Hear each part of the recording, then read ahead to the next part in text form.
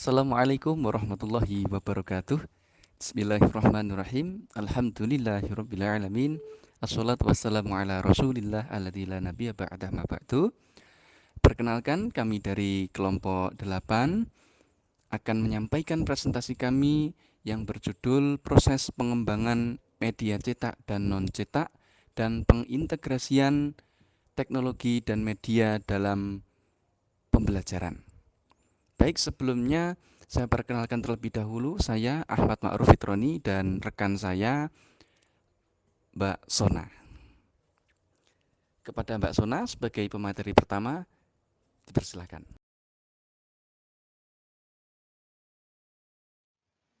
Perkenalkan, nama saya Sona Khalifatul Mufidah. Di sini saya akan menjelaskan tentang pengembangan media cetak dan non-cetak. Sebagaimana kita tahu, ilmu pengetahuan dan teknologi membentuk integrasi dalam dunia pendidikan. Pengembangan media pembelajaran, baik cetak maupun non-cetak, tampil dalam berbagai jenis dan ukuran dengan masing-masing karakteristik dan kemampuannya. Atas dasar tersebut, maka cara memilih dan menggunakan suatu media di dalam proses belajar mengajar, guru tidak cukup hanya memiliki pengetahuan tentang kegunaan nilai serta landasannya, tetapi juga harus memiliki keterampilan memilih dan menggunakannya dengan baik. Karena media merupakan suatu sarana guna meningkatkan mutu proses belajar mengajar. Media cetak dan elektronik merupakan hasil perkembangan teknologi informasi di dunia. Keduanya telah mengubah fungsi menjadi lebih praktis, dinamis, dan mengglobal. Media juga menjadi sarana dalam upaya transfer of knowledge kepada siswa. Kehadiran media pembelajaran, baik cetak ataupun elektronik, tentu membawa pengaruh yang sangat besar pada dunia pendidikan. Media pembelajaran digunakan oleh guru untuk membantu menyampaikan materi kepada siswa dengan sederhana dan mudah dipahami, sehingga tujuan pembelajaran dapat tercapai. Pemilihan media pembelajaran baik cetak maupun non-cetak yang tepat harus disesuaikan dengan situasi pembelajaran, karakteristik siswa, kompetensi yang harus dicapai, tujuan pembelajaran, ketersediaan media dan sumber belajar, serta kemampuan guru dalam menggunakan media pembelajaran tersebut. Berdasarkan latar belakang di atas, maka pokok pembahasan pada materi ini yaitu yang pertama, proses pengembangan media cetak dan non-cetak, dan yang kedua yaitu pengintegrasian media dan teknologi dalam pembelajaran. Selanjutnya yaitu proses pengembangan media pembelajaran cetak dan non-cetak. Yang pertama, media pembelajaran cetak. Adapun media pembelajaran cetak adalah berbagai media penyampaian pesan pembelajaran di mana terkandung teks dan ilustrasi-ilustrasi pendukungnya. Sedangkan pengembangan bahan cetak adalah cara untuk memproduksi atau menyampaikan bahan seperti buku dan bahan-bahan visual yang statis, terutama melalui proses pencetakan mekanis atau fotografis. Berdasarkan beberapa definisi di atas, maka yang dimaksud dengan bahan cetak dalam bidang pendidikan adalah semua bentuk cetakan seperti buku teks, modul, lembar kerja, artikel, jurnal, lembar lepas, surat kabar, majalah, dan berbagai pembelajaran. Bahan cetak merupakan media yang dapat berfungsi untuk menjadi perantara dari sumber informasi dari guru, dosen, instruktur kepada penerima informasi yaitu peserta didik. Lantas, kelebihan dan kekurangan media pembelajaran cetak yaitu untuk kelebihannya, yang pertama, mampu menyampaikan berbagai informasi yang berkaitan dengan fakta maupun konsep abstrak. Dan yang kedua yaitu dapat digunakan kapan saja, dan yang ketiga, penggunaannya mudah, dan yang keempat, mudah dibawa, penataan atau teknik penyajian materinya itu mudah dipelajari. Sedangkan untuk kekurangannya, yang pertama itu sulit menampilkan gerak karena dia berbentuk cetak. Sedangkan yang kedua yaitu biaya pencetakan agak mahal. Yang ketiga, memakan waktu. Yang keempat, membosankan. Dan yang kelima, cepat rusak dan hilang. Dan untuk yang terakhir yaitu bahannya itu tebal, mematikan minat siswa untuk membaca. Setelah kita mengetahui tentang kelebihan dan kekurangan media pembelajaran, maka pengembangan media pembelajaran cetak ini dibagi menjadi 4. Yang pertama yaitu menganalisis, dan yang kedua yaitu desain, dan yang ketiga yaitu evaluasi dan revisi, dan yang keempat yaitu diseminasi. Oke, selanjutnya yang pertama tentang menganalisis, di mana mengidentifikasi standar kompetensi dan kompetensi dasar atau kompetensi inti. Jika buku teks dikembangkan untuk kebutuhan perguruan tinggi yang belum merumuskan SK, KD, atau KI, pengembangan dapat mewawancarai ahli kurikulum dan konten mata kuliah. Dan yang kedua yaitu menganalisis pokok bahasan dan subpokok bahasan yang terdapat dalam buku-buku yang relevan yang telah ditulis sebelumnya. Yang kedua yaitu tentang desain, di mana menyusun sistematika pembahasan termasuk bab, pokok bahasan, dan subpokok bahasan. Untuk memudahkan penyusunan, pengembangan dapat menggunakan peta konsep atau mind mapping dalam mengonstruksi konsep. Dan yang kedua yaitu mengumpulkan bahan dari berbagai sumber, termasuk buku teks yang relevan, buku referensi, artikel, jurnal, dan berbagai referensi yang relevan. Yang ketiga yaitu merumuskan tujuan mempelajari bahan pembelajaran untuk setiap pokok bahasan. Pengembangan boleh menyusun tujuan secara keseluruhan pada awal atau dapat menyusunnya pada saat penulisan dari setiap bab. Dan yang keempat yaitu menyusun bahan pembelajaran sesuai dengan sistematika penulisan. Selanjutnya yaitu yang ketiga, evaluasi dan revisi, di mana melakukan pengoreksian dengan memberikan kepada 2 atau lebih pembaca untuk melihat kesalahan penulisan, mulai dari huruf, pengulangan, warna, atau kesalahan teknis lainnya. Dan yang kedua yaitu meminta ahli atau pihak lain untuk mengoreksi baik yang berkaitan dengan konten maupun yang berkenan dengan desain bahan cetak. Dan yang ketiga yaitu menguji coba secara bertahap, mulai dari uji coba perorangan, kelompok kecil, sampai besar, dan uji coba lapangan yang dilanjutkan dengan revisi. Yang keempat yaitu diseminasi, di mana mempublikasikan bahan ajar dengan melibatkan lembaga penerbitan. Dan yang terakhir yaitu menyebarluaskan bahan ajar ke seluruh pihak yang memerlukan.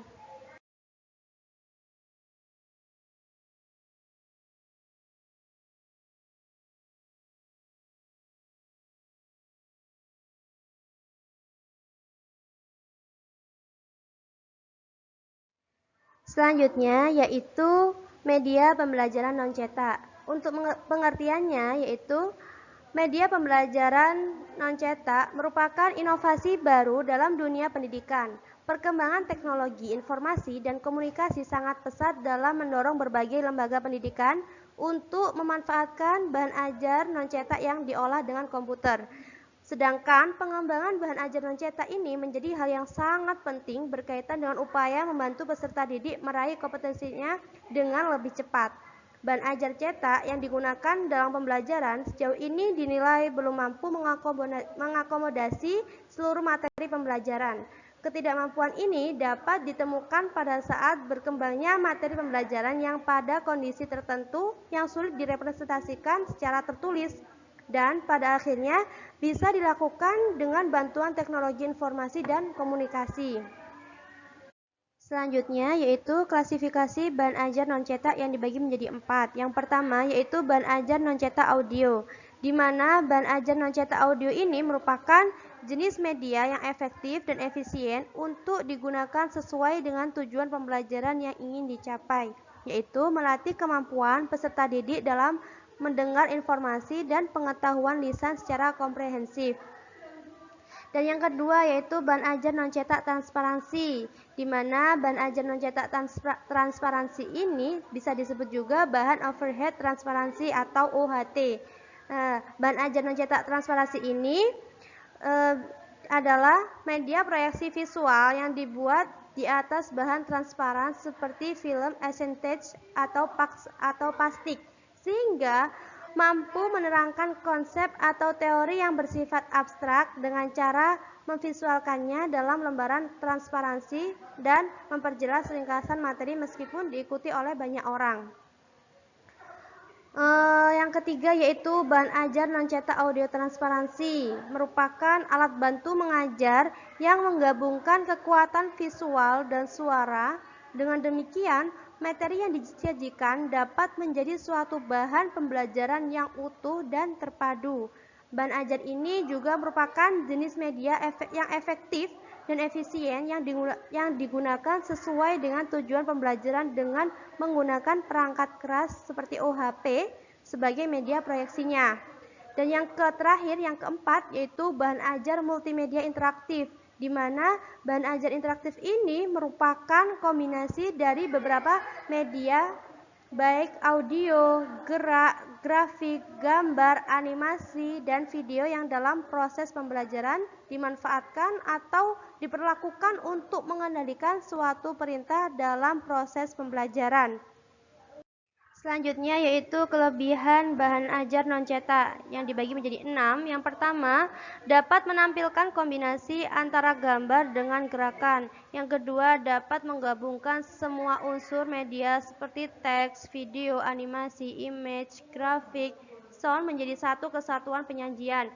Dan yang ketiga yaitu memanfaatkan keunggulan komputer atau digital media ataupun teknologi jaringan.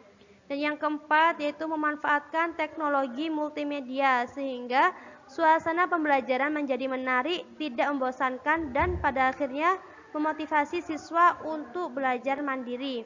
Dan yang kelima yaitu menggunakan bahan ajar yang bersifat mandiri dan dapat disimpan di komputer sehingga dapat diakses oleh guru ataupun siswa kapan saja dan di mana saja bila yang bersangkutan itu memerlukannya. Dan yang terakhir yaitu memanfaatkan pertukaran data yang secara interaktif dapat dilihat setiap saat di komputer. Selanjutnya yaitu kekurangan bahan ajar non-cetak yang dibagi menjadi 4. Yang pertama, membutuhkan alat yang lengkap untuk menggunakannya.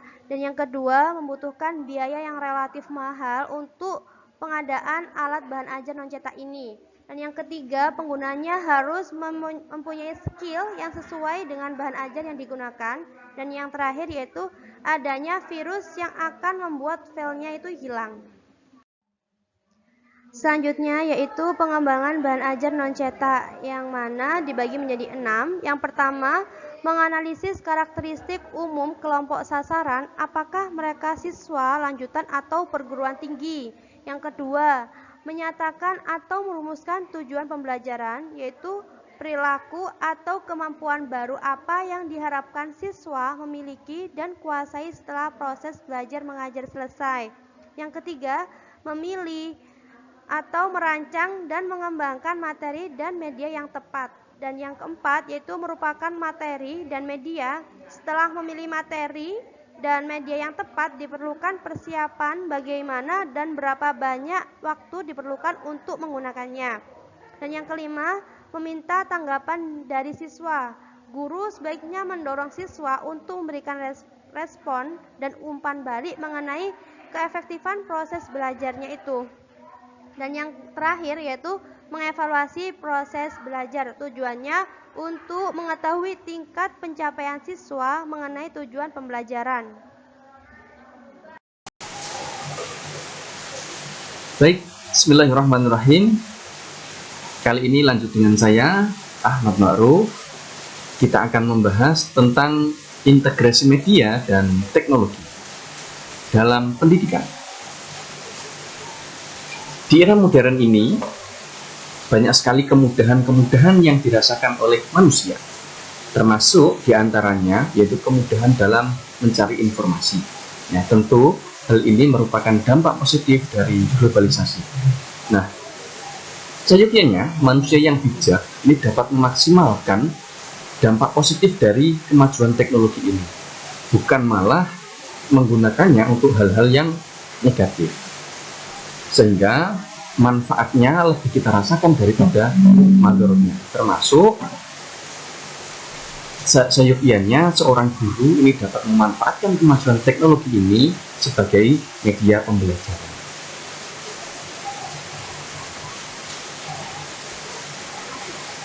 Urgensi media pembelajaran. Media pembelajaran merupakan alat yang digunakan oleh guru untuk menyampaikan materi pembelajaran kepada peserta didik. Media pembelajaran diharapkan dapat membantu membangkitkan semangat dan daya tarik peserta didik untuk mempelajari suatu pengetahuan yang baru. Jadi, media ini merupakan alat yang digunakan oleh guru untuk menyampaikan materi pembelajarannya kepada peserta didik. Sehingga alat ini harus disesuaikan dengan kebutuhan seorang siswa. Maka proses pembelajaran yang efektif itu akan terjadi jika media pembelajaran yang digunakan itu memiliki kesan kepada peserta didik. Artinya peserta didik ini memiliki daya tarik, ini tertarik terhadap materi pembelajaran itu, dan ia dapat mengingat apa yang telah disampaikan guru dengan menggunakan media tersebut. Kemudian, integrasi media dan teknologi. Integrasi teknologi dalam pembelajaran yaitu penggunaan teknologi informasi dan komunikasi untuk mengemas suatu konten pelajaran, serta mendorong peserta didik untuk dapat berperan aktif memanfaatkan teknologi. Jadi bukan hanya gurunya yang menggunakan teknologi, tetapi guru tersebut dapat mendorong siswa untuk ikut berperan aktif memanfaatkan teknologi tersebut. Jadi antara guru dan siswa ini sama-sama aktif menggunakan teknologi.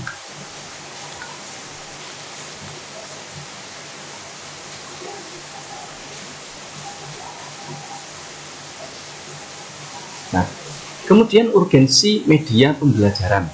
Jadi pentingnya media pembelajaran karena media pembelajaran ini merupakan alat yang digunakan oleh guru untuk menyampaikan materi pelajaran, maka media itu harus dibuat semenarik mungkin sehingga siswa itu tertarik dengan materi pelajaran yang akan disampaikan. Nah, secara umum media pembelajaran ini dibagi menjadi 3, yaitu media visual, audio, dan audio visual.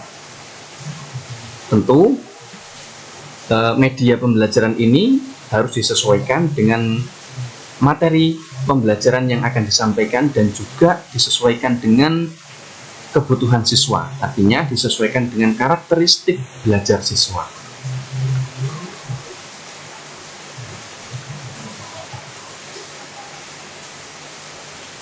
Secara umum, ya, kepentingan atau urgensi dari media dalam proses pembelajaran ini diantaranya setidaknya ada 7 hal ini, yaitu untuk memperjelas penyajian pesan, mengatasi keterbatasan ruang dan waktu, daya indera, kemudian menarik perhatian siswa, kemudian menimbulkan gairah siswa dalam belajar, interaksi yang lebih langsung antara peserta didik dengan pendidik, kemudian memungkinkan belajar siswa menurut kemampuan dan minatnya, kemudian menyamakan persepsi antar siswa dalam menerima pesan, sehingga antara siswa yang satu dan yang lain ini tidak terjadi perbedaan dalam pemahaman, tidak terjadi kesalahan, tidak terjadi perbedaan pemahaman antara satu siswa dengan siswa yang lain. Integrasi media dan teknologi dalam pembelajaran. Jadi, karena teknologi ini merupakan alat yang dapat menunjang kemajuan manusia, maka guru pun ini dituntut untuk dapat memanfaatkan kecanggihan teknologi sebagai media untuk menyampaikan materi pembelajaran.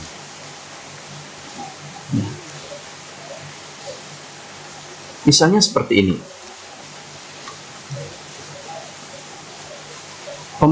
Pemanfaatan gadget, ya, pemanfaatan kecanggihan teknologi berupa gadget sebagai media pembelajaran. Dengan gadget ini dapat diunduh buku siswa ataupun buku guru, atau gadget ini pun dapat dimanfaatkan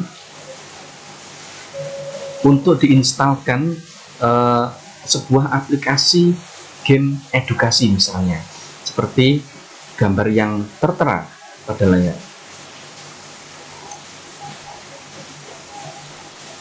Jadi pada hakikatnya teknologi merupakan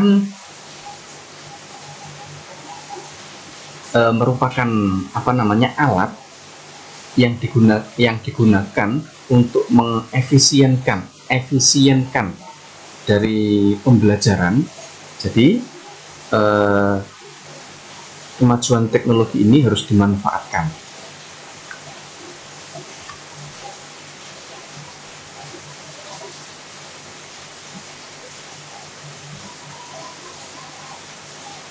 Kemudian ya,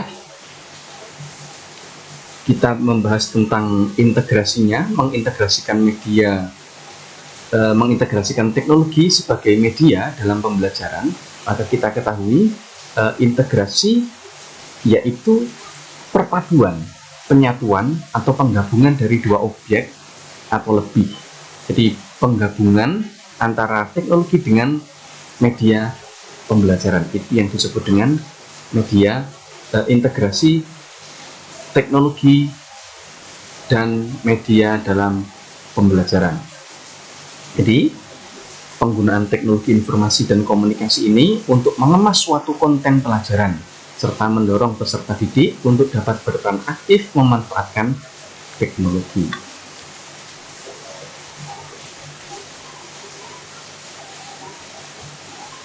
Adapun tujuan utama dari teknologi pembelajaran yaitu untuk memecahkan masalah belajar atau memfasilitasi kegiatan pembelajaran. Teknologi pembelajaran sebagai perangkat lunak atau software teknologi yang berbentuk cara-cara yang sistematis dalam memecahkan masalah pembelajaran semakin canggih dan mendapat tempat yang secara luas dalam dunia pendidikan. Dengan demikian, aplikasi praktis teknologi pembelajaran dalam pemecahan masalah belajar mempunyai bentuk konkret dengan adanya sumber belajar yang memfasilitasi peserta didik untuk belajar. Jadi diantaranya yaitu pemanfaatan komputer untuk media pembelajaran. Karena komputer ini memiliki kemampuan untuk mengendalikan dan mengintegrasikan berbagai media seperti gambar, grafik, gambar bergerak atau video, serta informasi yang bercetak. Dan komputer ini juga dapat merekam, menganalisis, dan bereaksi terhadap respon siswa yang diketik melalui keyboard. Jadi komputer ini merupakan alat yang dapat digunakan untuk memadukan berbagai media seperti gambar, video, dan suara, dan seterusnya. Maka komputer ini merupakan media yang ideal jika dimanfaatkan untuk media pembelajaran. Nih, bentuk penggunaan komputer sebagai multimedia yang dapat digunakan dalam pembelajaran. Dapat digunakan sebagai multimedia presentasi, video pembelajaran, ataupun game pembelajaran. Kemudian contoh pengintegrasiannya, misalnya dengan simulasi based learning, kemudian resource based learning, yaitu pembelajaran dengan dengan sumber belajar yang bermacam-macam. Kemudian drill atau praktik yang biasanya ini digunakan untuk pelatihan bahasa. Kemudian presentasi ataupun permainan.